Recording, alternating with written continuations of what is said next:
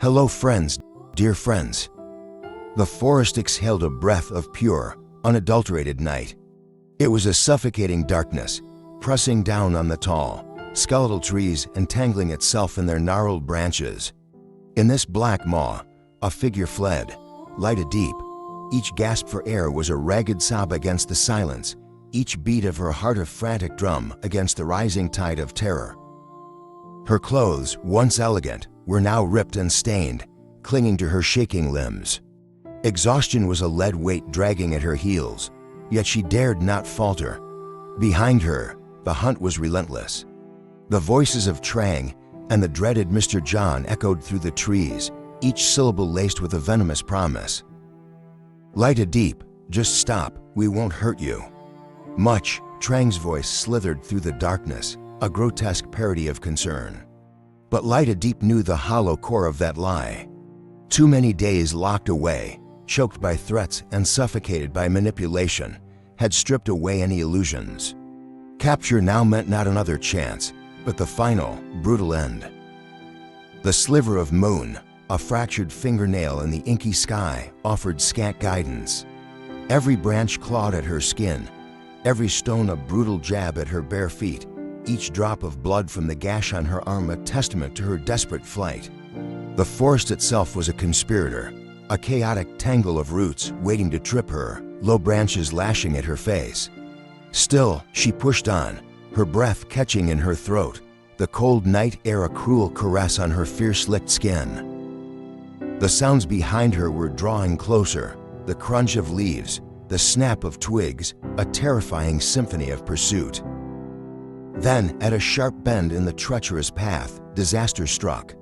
Her foot slipped on the slick, decaying leaves.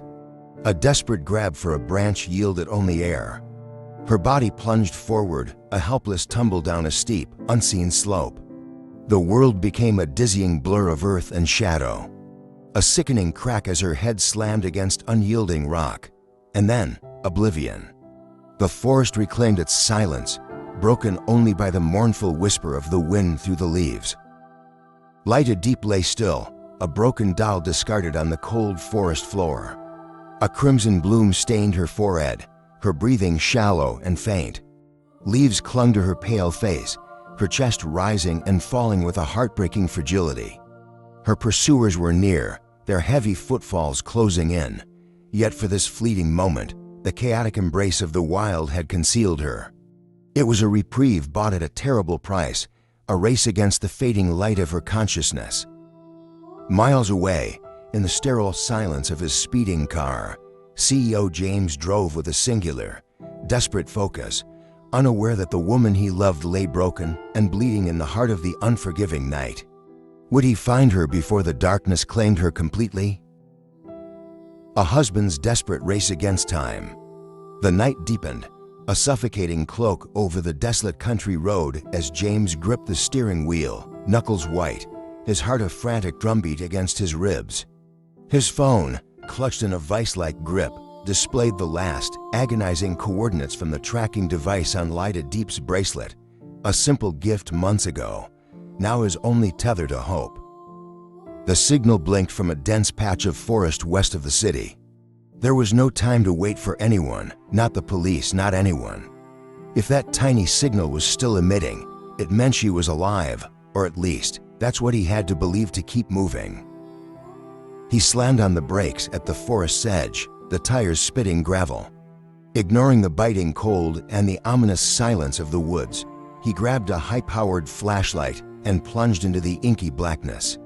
Every rustle of leaves, every snapping twig, was a cruel whisper echoing his growing dread. "Light a Deep," he roared, his voice raw, ragged with desperation. "It's me, James. Where are you?" Only the mocking echo of his own voice answered, swallowed by the ancient trees. He pushed deeper, driven by instinct and a love so fierce it was a physical ache. His flashlight beam cut through the darkness, dancing over twisted roots and shadowed clearings, until it caught something, a splash of crimson on the matted leaves, barely discernible. He lunged forward, scrambling down a steep incline, and there she was. Light a Deep, motionless, a fragile silhouette against the dark earth. Her face was streaked with dirt and leaves, dried blood caked on her forehead, her body shivering almost imperceptibly. The world tilted on its axis for James. He dropped to his knees beside her, his hands trembling as he gently cradled her face. "No, no, please, Lyta Diep, look at me, it's me, I'm here." No response. Panic clawed at his throat, but he forced himself to breathe, to find her pulse, weak, faint, but there. A wave of overwhelming relief washed over him, immediately followed by the chilling realization of how close he'd come to losing her forever. He had to move. Now, with agonizing care, he gathered her into his arms, every movement precise, a silent prayer that he wouldn't worsen her injuries. As he stumbled back towards the car, he whispered to her, his voice a low, steady murmur against the roar of his fear, "You're safe now, my love. I won't let them hurt you, not ever again. I'm with you." Reaching the vehicle, he gently placed her in the back seat, covering her with his own jacket. Then his trembling fingers fumbled for his phone, dialing 911. The operator's calm instructions were a distant hum as he squeezed Lyta Diep's hand, his gaze fixed on her pale, still face. "Hold on, just a little longer, please." The wail of the ambulance siren pierced the night less than 15 minutes later. Paramedics worked swiftly, their movements efficient, as they took vital signs and carefully transferred her to a stretcher. James climbed in with them, refusing to let go of her hand. The ride to the hospital was a blur of flashing lights and hushed medical jargon. He watched her, the pain etched on her closed eyes, the fragility of a body that had once been so strong, so vibrant. How could Trang, who claimed to be her friend, or John, who acted as an accomplice, inflict such cruelty? And Mr. John, the man who had paraded as a father figure, all while meticulously plotting her downfall. The coldness of their betrayal was a bitter taste in his mouth. The longest hours at the hospital, the chaos of the emergency room swallowed Lyta Diep. James watched, helpless, as they wheeled her directly into trauma. The minutes stretched into an eternity. He stood in the sterile waiting room, the fluorescent lights harsh against his dirt-smeared face, his blood-stained shirt. His hands, still trembling, buried themselves in his hair. He could hear the low murmur of voices, the rhythmic beep of monitors behind closed doors, each sound a torment. A doctor finally emerged, his expression serious but calm. "Mr. James, your wife is past the critical phase," he stated, his words a lifeline. "She's stable, though still under close observation. She suffered head trauma and multiple bruises, but she's alive. She needs intensive care and a slow recovery." A tremor ran through James's body, a sob of raw relief escaping his lips. He nodded, trying to compose himself, the emotion threatening to overwhelm him. He was led into a quiet room where Lyta Diep lay. Her body, small and vulnerable beneath the crisp white sheets, was a stark contrast to the intricate machinery surrounding her, each monitor marking the steady, precious beat of her heart. He pulled a chair close, settling beside her, taking her cool hand in his. His voice was a bare whisper, thick with unshed tears. "I'm here, love. I won't let anything or anyone hurt you again." The memories of the past days crashed over him, Trang's calculated betrayal, John's spineless complicity, and the chilling, manipulative coldness of Mr. John, who had orchestrated every cruel twist to tear them apart. But above all, it was the raw, piercing pain of seeing her suffer, of almost losing her, that consumed him. Then, a flicker, Lyta Diep's eyelids fluttered, then slowly, painstakingly, opened. Her gaze, weak but undeniably conscious, found his. A fragile, almost imperceptible murmur escaped her lips, "J. James." He squeezed her hand, a watery smile breaking through his exhaustion. "I'm here. I found you. I brought you back." For days, James remained a constant presence by her side, a silent vigil of unwavering devotion. He cared for her, spoke to her in soft tones, sharing tales of hope and future, willing his strength into her weary body. It was not merely a battle for Lie to Diep's physical recovery, but a quiet, fierce struggle for truth and justice. One evening, when her voice was clearer, stronger, Lie to Diep looked at him, and James, meeting her gaze, made a solemn, unshakable promise. "I promise you, Lie to Diep." His voice was hard, resolute. "Trang will pay for every single thing she's done. And Mr. John, he will not escape justice. They will answer for this." His words hung in the air, a vow sealed in the quiet determination of the hospital room. The investigation was already moving.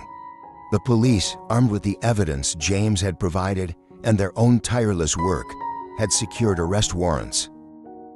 Justice begins to stir. The swift arm of the law moved with a quiet efficiency that belied the turmoil it unleashed. Trang was the first to fall. She was discovered in a nondescript hotel on the outskirts of the city, attempting to flee with a stack of crudely forged documents, her face pale with the terror she had once inflicted. She offered no resistance, only a stunned, hollow gaze as the officers cuffed her. Next was John.